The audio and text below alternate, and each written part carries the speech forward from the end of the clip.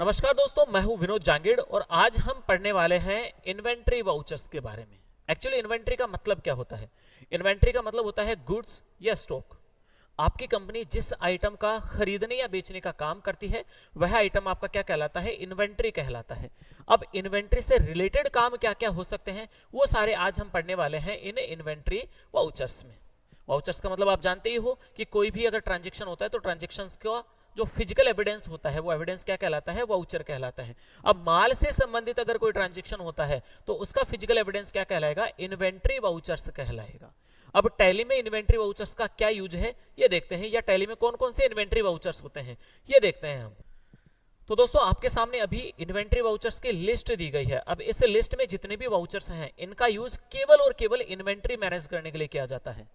कभी हम इंटरव्यू देने जाते हैं जॉब के लिए, अकाउंट्स के काम की अगर इंटरव्यू देने जाते हैं तो वहां जाते अपने को कहा जाता है कि यार हमें स्टॉक मेंटेन करना है। आपको स्टॉक मेंटेन आता है तो हम आपको जॉब पर रख सकते हैं, और वो स्टॉक मैनेज अगर आपको करना है तो फिर आपको ये सारे इन्वेंट्री वाउचर्स का काम आना जरूरी है।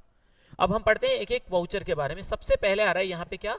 Delivery note. क्या आ रहा है? Delivery note. और नाम से आप समझ पा रहे होंगे शायद, डिलीवरी का मतलब होता है कोई भी माल भेजना या किसी को कुछ देना, हमेशा क्या कहलाता है? डिलीवरी कहलाता है। अब इसका यूज कहां करना है? पहली बात, इसका यूज करना है तो हमें टैली में कीबोर्ड से ऑल्ट के साथ F8 प्रेस करना होगा। कीबोर्ड से ऑल्ट के साथ F8 प्रेस करना होगा। ऑल्ट F8 प्रेस करते ही आपका डिलीवरी नोट चालू हो जाएगा। अब चालू होने के बाद एंट्री कब करते हैं इसका वो समझते हैं। मान लो आपके सामने एक ए नाम का कोई कंपनी है और इसे गुड्स परचेज करना है बी नाम का कंपनी से। ठीक है, जब भी आप गुड्स परचेज करोगे तो सबसे पहले इस कंपनी को इसे ऑर्डर देना होगा और इसकी एंट्री हम करेंगे ऑर्डर वाउचर्स में। ऑर्डर देने के बाद अगर इस कंपनी को माल भेजना है तो भेजने के लिए यहां पे जो पर्ची या स्लिप यूज की जाएगी उस पर्ची या स्लिप को कहा जाएगा क्या? Delivery note. उस पर्ची या स्लिप को क्या कहा जाएगा? डिलीवरी नोट कहा जाएगा। ठीक है, और ये डिलीवरी नोट का यूज कौन करता है? जो सेल कर रहा है वो सेलर वाली पार्टी क्या करती है? डिलीवरी नोट का यूज करती है। ओके दोस्तों, ठीक है। अब इसी के साथ अगर इस कंपनी की बात की जाए तो जैसे इसने डिलीवर किया तो उस माल को इसने रिसीव किया है, और रिसीव करने के लिए इसे एक एंट्री करनी पड़ती है। कौन से वाउचर में? रिसिप्ट नोट वाउचर में। और वो कहां आता है? यहां पे देखो, ये आपका आ रहा है यहां पे रिसिप्ट नोट। सेम है दोनों में।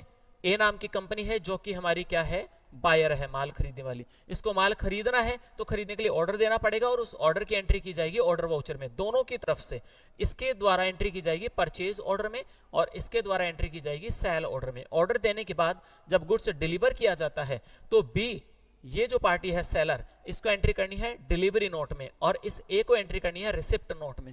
और यहीं पर इन दोनों वाउचर्स का यूज होता है, डिलीवरी नोट और रिसिप्ट नोट का। यहां बी आपके पास यूज करेगा डिलीवरी नोट का, ए आपके पास यूज करेगा रिसिप्ट नोट का। इन दोनों के शॉर्टकट क्या है? डिलीवरी नोट का शॉर्टकट होता है ऑल्ट के साथ F8 और यहां पे हमारे रिसिप्ट नोट का शॉर्टकट होता है क्या? ऑल्ट के साथ F9। ओके दोस्तों, इसके बाद नेक्स्ट हमारा आता है यहाँ पे मटेरियल इन, लेकिन इसको छोड़ते हैं, पहले हम ये दोनों पढ़ते हैं, रिजेक्शन इन और रिजेक्शन आउट। इसी में यहां इस ए नाम की पार्टी को माल रिसीव हो गया, लेकिन मान लो इसको पसंद नहीं आया, तो पसंद नहीं आने पर ये वापस से वो माल क्या करता है? इधर डिलीवर करता है। लेकिन अब यहां से जब डिलीवरी होगी तो डिलीवरी नोट और रिसिप्ट नोट की एंट्री नहीं कर सकते। यहां कौन सी एंट्री करेंगे? इसने माल को रिजेक्ट किया है तो रिजेक्ट करने के बाद ये एंट्री करेगा किसमें? रिजेक्शन आउट नाम के वाउचर में। और इस भाई को एंट्री करनी पड़ेगी किसमें? रिजेक्शन इन नाम के वाउचर में। तो ये दोनों वाउचर कहां काम में लिए जाएंगे? जब भी खरीदा या बेचा गया माल रिटर्न होता है तो इसके लिए जो भी पर्चियां या कच्ची पर्ची चालान बनाया जाएगा उस चालान को कहा जाएगा इधर के लिए तो रिजेक्शन आउट और इधर के लिए कहा जाएगा क्या? रिजेक्शन इन। ठीक है, तो ये दोनों कंप्लीट हो गए। इनका शॉर्टकट क्या होता है? रिजेक्शन इन का शॉर्टकट होता है कंट्रोल के साथ F6 और रिजेक्शन आउट का शॉर्टकट होता है कंट्रोल के साथ F5। उसके बाद नेक्स्ट हम करते हैं, यहां पे सब नीचे आ रहा है देखो, यहां पे स्टॉक जर्नल। स्टॉक जर्नल का यूज क्यों करते हैं? कई बार कुछ कंपनीज अपने ही एक गोडाउन से माल दूसरे गोडाउन में ट्रांसफर करती है, तो पहला तो इस जगह पर आप स्टॉक जर्नल का यूज कर सकते हो। दूसरा, अगर आप मैन्युफैक्चरिंग का काम करते हो तो मैन्युफैक्चरिंग में आपको रॉ मटेरियल से फिनिश गुड में कन्वर्ट करना होता है, तो कितने रॉ मटेरियल का यूज कितना फिनिश गुड बनाने के लिए किया जा रहा है वो सारी चीजें भी हम कहां यूज करते हैं? स्टॉक जर्नल में यूज करते हैं भाई साहब।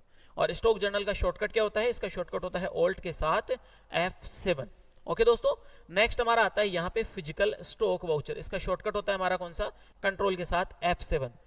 यहां नाम से समझ आ रहा होगा फिजिकल का मतलब क्या होता है कि भाई ऐसा कोई भी आइटम जिसे हम हाथ से छू सकें वो फिजिकल कहलाता है। अब फिजिकल स्टॉक का मतलब क्या है कि भाई हर कंपनी में क्या होता है, कुछ टाइम पीरियड से, जैसे 7 दिन से, 15 दिन से, 1 महीने से या 6 महीने से अपने स्टॉक की काउंटिंग की जाती है, और वो काउंटिंग करके उस डेट तक जितना स्टॉक हमारे पास पड़ा है उसकी एंट्री फिर हमें करनी होती है कहां पे, फिजिकल स्टॉक वाउचर में।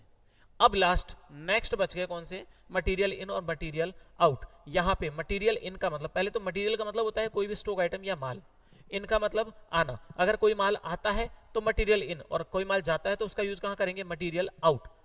अब इंपॉर्टेंट यह है किस कारण से आ रहा है और किस कारण से जा रहा है।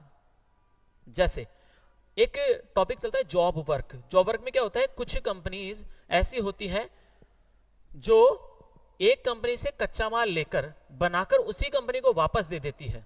अब उस सिचुएशन में क्या होता है, केवल वो अपनी मजदूरी या अपना सर्विस चार्ज सामने वाली पार्टी से लेते हैं। जैसे एग्जांपल से समझते हैं, एक ए नाम की पार्टी है, इसके पास रॉ मटेरियल है, ठीक है, लेकिन इसके पास मैन्युफैक्चरिंग यूनिट नहीं है। लेकिन एक बी नाम की पार्टी है जिसके पास मैन्युफैक्चरिंग यूनिट है, मतलब कहें तो फैक्ट्री है इसके पास, ये मान लेना, ठीक है। अब यहां पे क्या सीन है, ये ए नाम की कंपनी इसे रॉ मटेरियल प्रोवाइड करवाएगी। अब उसके बाद बी का काम क्या रहेगा, इस रॉ मटेरियल को फिनिश गुड में कन्वर्ट करना। कन्वर्ट करने के बाद पूरा का पूरा फिनिश गुड वापस से इधर ही रिटर्न कर देगी, किस कंपनी को, ए को ही। और बदले में इससे क्या ले लेगी ये कंपनी, सर्विस चार्ज ले लेगी। भाई मैंने तेरा काम किया है, मैंने तेरा माल बनाया, उसके लिए मुझे मजदूरी दे दे, तो ये सर्विस चार्ज हो गया। अब यहाँ पे जब ये ए नाम की पार्टी इधर गुड्स ट्रांसफर करेगी तो यहाँ पे यूज किया जाएगा मटीरियल आउट का, और यहां यूज किया जाएगा मटीरियल इन का।